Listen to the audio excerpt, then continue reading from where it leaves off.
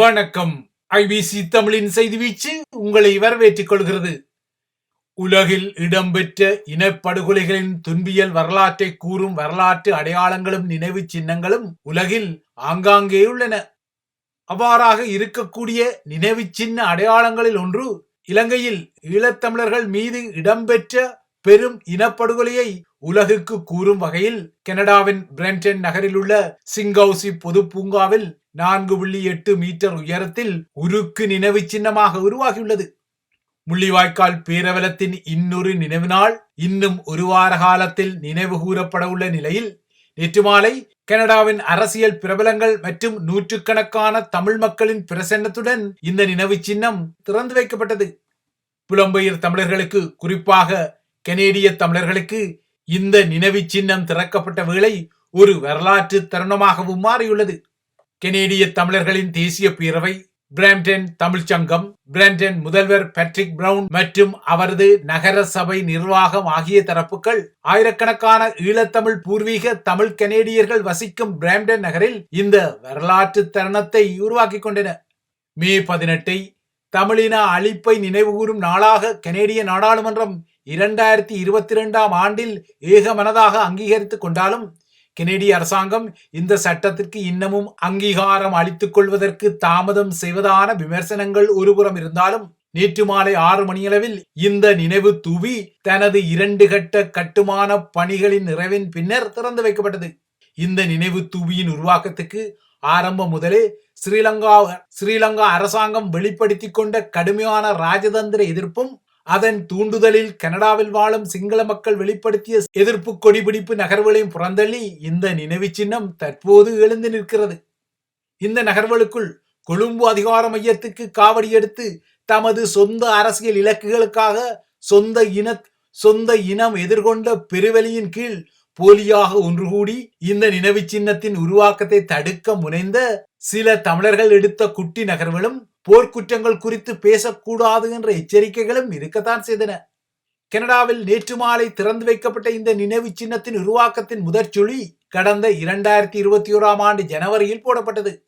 அப்போது யாழ்ப்பாண பல்கலைக்கழகத்தில் முன்னர் இருந்த முள்ளிவாய்க்கால் நினைவு தூவி இடித்து அளிக்கப்பட்ட போது இதற்குரிய முதற்சொலி பிரண்டனில் உருவானது.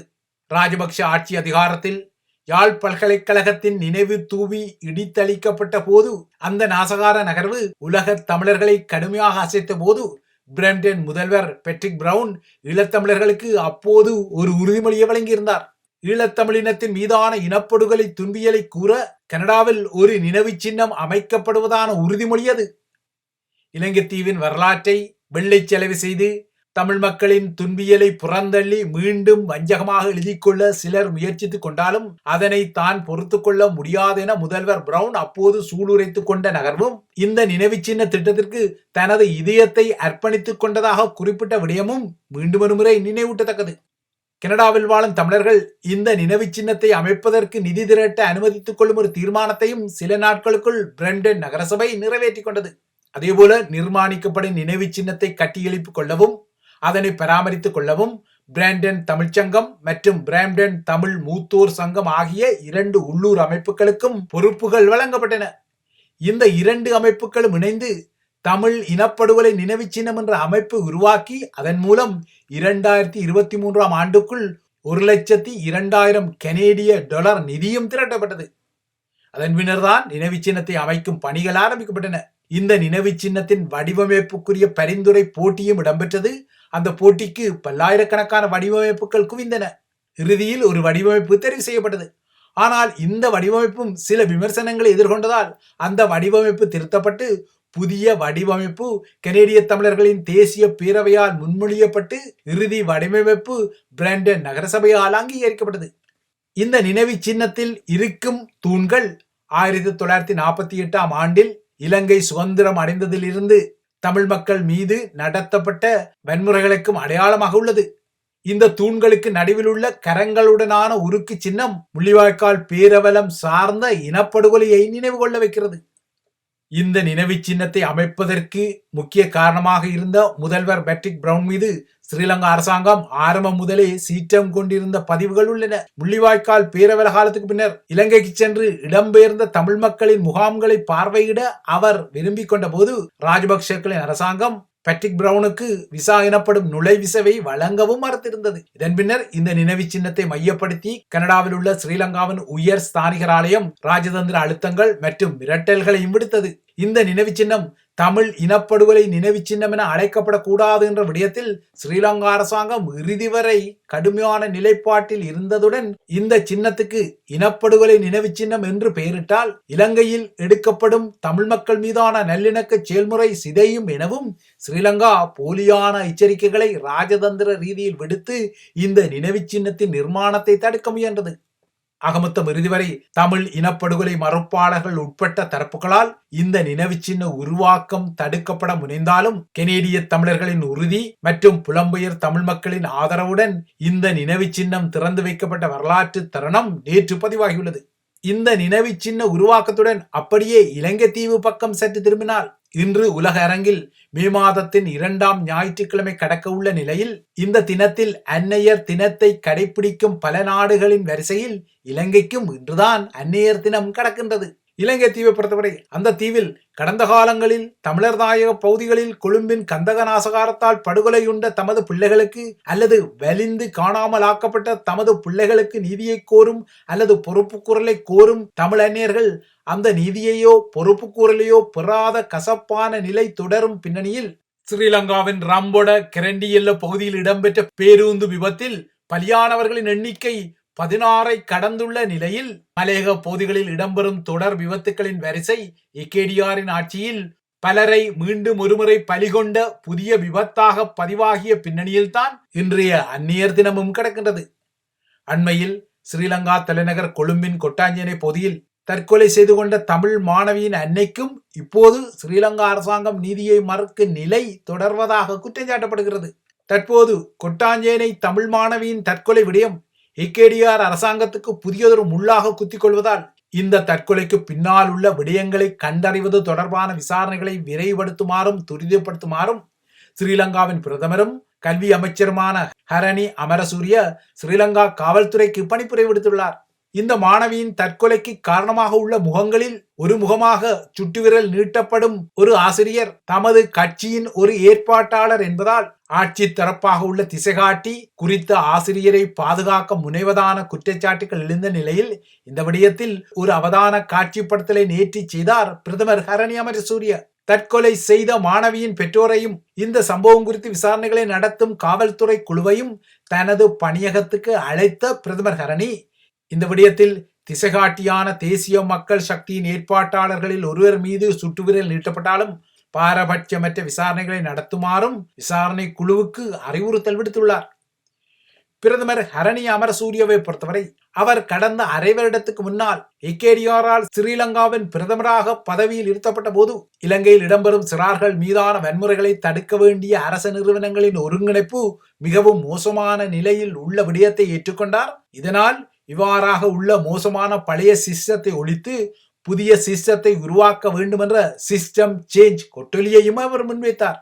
இந்த கொட்டொலியின் பின்னால் ஸ்ரீலங்காவின் பிரபல சிறார் நல வைத்திய முகங்களில் ஒரு முகமாக உள்ள அஸ்வினி பெர்னாண்டோ தலைமையில் 3 பேர் கொண்ட குழுவையும் ஹரணி நியமித்த நிலையில் பழைய சிஸ்டம் இன்னமும் மாறவில்லை என்பதற்கு உதாரணமாக தலைநகரில் ஒரு தமிழ் மாணவியின் தற்கொலையும் இடம்பெற்றது. இவ்வாறாக இக்கேடிஆர் தரப்பின் சிஸ்டம் சேஞ்ச் கொட்டொலி கடுமையாக சொதப்பியிருக்கும் நிலையில்தான் பிரதமர் ஹரணியின் புதிய காட்சிப்படுத்தல் இடம்பெறுகிறது. ஆனால் இவ்வாறாக குதிரை ஓடிய பின்னர் இலாயத்தை பூட்டு நகர்வலை செய்யும் ஏகேடிஆர் தரப்புக்கு கடந்த செவ்வாய்க்கிழமை நாடளாவிய ரீதியில் இடம்பெற்ற உள்ளூராட்சி தேர்தலில் கிட்டிய மக்களின் விரக்தி பெறுவேறு அதன் சிஸ்டம் சேஞ்ச் அதாவது முறைமை மாற்ற வார்த்தை ஜாலங்களை ஊடறுத்துக் கொள்கிறது. இவ்வாறாக மக்கள் வழங்கிய ஊடறுப்பு அதிர்ச்சியையும் கசப்பையும் சமாளித்துக் கொள்வதற்கு இப்போது எதனை தின்றால் பித்தம் தெளியும் என்ற நிலையில் ஏகேடிஆர் தரப்பு இருப்பது நிதர்சனமாகவே தெரிகிறது. அடுத்து உலக நிலவரங்களை நோக்கிக் கொண்டால் நேற்று காலை வரை ஆபரேஷன் சிந்தூர் எனவும் ஆபரேஷன் பன்யான் உன் மர்சூம் எனவும் திகில் கொண்ட தாக்குதல் மற்றும் பதிலடி தாக்குதல்களை நடத்தி போர்முகத்தில் இருந்த இந்தியாவும் பாகிஸ்தானும் நேற்று மாலை உள்ளூர் நேரப்படி 5 மணி முதல் திடீரென போர் நிறுத்த சாந்த முகத்துக்கு மாறியதான தோற்றப்பாடுகள் உருவாக்கியுள்ளன. எனினும் இவ்வாறாக ஒரு போர் நிறுத்தம் நேற்று மாலை முதல் நடைமுறைக்கு வந்த போதிலும் இரவு 8 மணி அளவில் ஜம்மு காஷ்மீர் உட்பட்ட இந்திய எல்லை பகுதிகளில் பாகிஸ்தான் மீண்டும் தாக்குதலை ஆரம்பித்ததாக இந்தியாவும் பாகிஸ்தானிய பகுதிகளில் தாக்கியதாக இஸ்லாமாபாத்தும் டெல்லியும் மாறி மாறி குற்றச்சாட்டுகளை தொடுத்துள்ளன. நேற்றைய பதிவில் குறிப்பிட்டது போல பாகிஸ்தானிய ராணுவ தளபதியுடன் தொலைபேசியில் பேசிய அமெரிக்க வெளியுறவு அமைச்சர் மார்க்கோ ரூபியோ அவ்வாறாக இடம்பெற்ற பேச்சுக்களின் பின்னணியில் இந்தியாவுக்கும் பாகிஸ்தானுக்கும் இடையில் முழுமையான ஒரு போர் நிறுத்தம் வரவுள்ளதாக வாஷிங்டனில் இருந்து அமெரிக்க அரசு தலைவர் டொனால்ட் ட்ரம்ப் அறிவித்துக் கொண்டார். நீண்ட பேச்சுவார்த்தைகளுக்கு பின்னர் இந்த முடிவு எட்டப்பட்டதாகவும் ட்ரம்ப் கூறினார். ட்ரம்ப் வாஷிங்டனில் இந்த அறிவிப்பை வெளியிட்ட சில மணி நேரங்களுக்கு பின்னரே இந்தியாவும் பாகிஸ்தானும் தத்தமது தரப்பில் தாக்குதலை நிறுத்திக் கொள்வதாக அறிவித்து போர் நிறுத்த அறிவிப்பை வெளியிட்டன. ட்ரம்ப் முதலில் போர் நிறுத்தம் குறித்த அறிவிப்பை வெளியிட்டதன் ஊடாக அமெரிக்காவின் முயற்சியால் தான் இந்த போர் நிறுத்தம் ஏற்பட்டதாக கருதப்படுகிறது. இந்த போர் நிறுத்தம் குறித்து அமெரிக்க ராஜாங்க செயலாளர் மார்க்கோ ரூபியோ வெளியிட்ட ஒரு பதிவில் அமெரிக்காவின் துணை அரசு தலைவர் JD வான்ஸும் தானும் இணைந்து இந்திய பிரதமர் நரேந்திர மோடி, பாகிஸ்தானிய பிரதமர் ஷெபாஸ் ஷெரீப், இந்திய வெளியுறவு அமைச்சர் ஜெய்சங்கர், இந்திய பாதுகாப்பு ஆலோசகர் அஜித் டோவல், பாகிஸ்தானிய ராணுவ தளபதி ஆசிம் முனீர், பாகிஸ்தானிய புலனாய்வு தலைவர் ஆசிம் மாலிக் ஆகியோருடன் கடந்த 48 மணி நேரமாக தீவிரமாக பேச்சுக்களை நடத்தியதாகவும் இந்த பேச்சுவார்த்தைகளின் முடிவில்தான் 2 தரப்பும் போர் நிறுத்தத்துக்கு இணங்கிக் கொண்டதாகவும் குறிப்பிடப்பட்டுள்ளது. எனினும் இந்தியாவும் பாகிஸ்தானும் இந்த போர் நிறுத்தத்தை தத்தமது தரப்புகளில் இருந்து அதிகாரபூர்வமாக அறிவித்துக் கொள்ள முன்னரே அமெரிக்காவிலிருந்து டொனால்ட் ட்ரம்ப் இந்த செய்தியை வெளியிட்டதில் விமர்சனங்களும் இருக்கின்றன. தற்போது போர் நிறுத்தம் இருப்பதால் 2 நாடுகளும் பொதுவான இடத்தில் பேச்சுக்களை ஆரம்பிப்பதற்கும் ஒப்புக்கொண்டுள்ளன.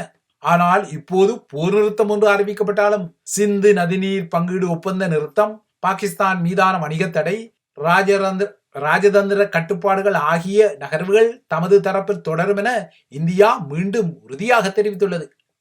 2 நாடுகளும் நீண்ட காலத்துக்கு போரை நடத்தி கொள்ளும் அளவில் இல்லை என்பதால் இந்த போர் நிறுத்தத்துக்கு 2 தரப்புமே சம்மதித்ததாக இப்போது குறிப்பிடப்பட்டாலும் தமது தாக்குதல்களால் தான் பாகிஸ்தான் பணிந்தது என இந்திய தரப்பும், அதேபோல தமது கடுமையான பதிலடிகளால் தான் இந்தியா பணிந்தது என பாகிஸ்தானிய தரப்பும் தற்போது சொல்லிக்கொள்ள முனைகின்றன. இந்திய தரப்பை பொறுத்தவரை போர் நிறுத்தம் ஏற்படுவதற்கு முன்னர் பாகிஸ்தானின் ரஃபிகி, முரிட், சக்லா, ரஹீம்யார் கான் விமான தளங்கள் உட்பட 8 ராணுவ மையங்கள் மீது நடத்திய தாக்குதலே பாகிஸ்தானை போர் நிறுத்தத்துக்கு பணிய வைத்ததாக கூறுகிறது. இந்திய ஊடகங்கள் இந்த கருத்தை பிரதிபலிக்கும் நிலையில் பாகிஸ்தானிய ஊடகங்களோ வேறு விதமான கருத்துக்களை கூறுகின்றன. இந்திய வான்படையின் ரஃபேல் உட்பட்ட போர் விமானங்களை தாம் சுட்டு வீழ்த்திய அதிர்ச்சி காரணமாகவும் இந்திய நிலைகள் மீது நடத்தப்பட்ட பாகிஸ்தானின் பதிலடி தாக்குதல் காரணமாகவும் இந்தியாவும் போர் நிறுத்தத்துக்கு பணிந்ததாக பாகிஸ்தானிய தரப்பிலும் குறிப்பிடப்பட்டுள்ளது. இந்தியாவும் பாகிஸ்தானும் இவ்வாறு போர் நிறுத்தம் செய்துள்ள நிலையில் உக்ரைன் மீதான ரஷ்ய போர்க்களத்திலும் புதிய சமாதான கீற்றுக்கள் தென்பட தலைப்படுகின்றன. அந்த வகையில் எதிர்வரும் 15ஆம் தேதியன்று துருக்கிய நகரான இஸ்தான்புல்லில் உக்ரைனுடன் நேரடியான பேச்சுவார்த்தை இடம்பெறும் என்ற செய்தியை ரஷ்ய அரசு தலைவர் புட்டின் ஒரு முன்மொழிவாக செய்துள்ளார். 2ஆம் உலகப்போர் முடிவின் 80 ஆண்டுகால நிகழ்வுகளுக்காக ரஷ்யா ஒருதலை பட்சமாக அறிவித்த உக்ரைன் மீதான 72 மணி நேர போர் நிறுத்தம், அதாவது 3 நாள் போர் நிறுத்தம் நேற்றுடன் முடிவுக்கு வந்த நிலையில் உக்ரைன் உடனான நேரடி பேச்சு குறித்த அறிவிப்பை புட்டின் வெளிப்படுத்தியுள்ளார். நேற்று பிரித்தானிய பிரதமர் கியர் ஸ்டாமர், பிரெஞ்சு அரசு தலைவர் Emmanuel Macron, German chancellor Friedrich Merz, Poland பிரதமர் டொனால்ட் டஸ்க் உட்பட்ட முக்கிய ஐரோப்பிய தலைகள் உக்ரைனுக்கு சென்று உக்ரைனிய அரசு தலைவர் விளாடிமிர் ஜெலன்ஸ்கியை சந்தித்து பேச்சுக்களை நடத்தியுள்ளனர். இந்த நிலையில் மேற்குலக நாடுகளால் முன்வைக்கப்பட்ட உக்ரைனிய போர் நிறுத்த திட்டத்தை தனது நாடு தீவிரமாக பரிசீலனை செய்வதாக குறிப்பிட்டுள்ள ரஷ்யா தமது தரப்பு மீதும் அழுத்தம் கொடுப்பது பயனற்றது என்றும் எச்சரித்துள்ளது. இவைதான் IBC தமிழின் செய்தி வீச்சு. தொடர்ந்தும் IBC தமிழுடன் இணைந்திருங்கள்.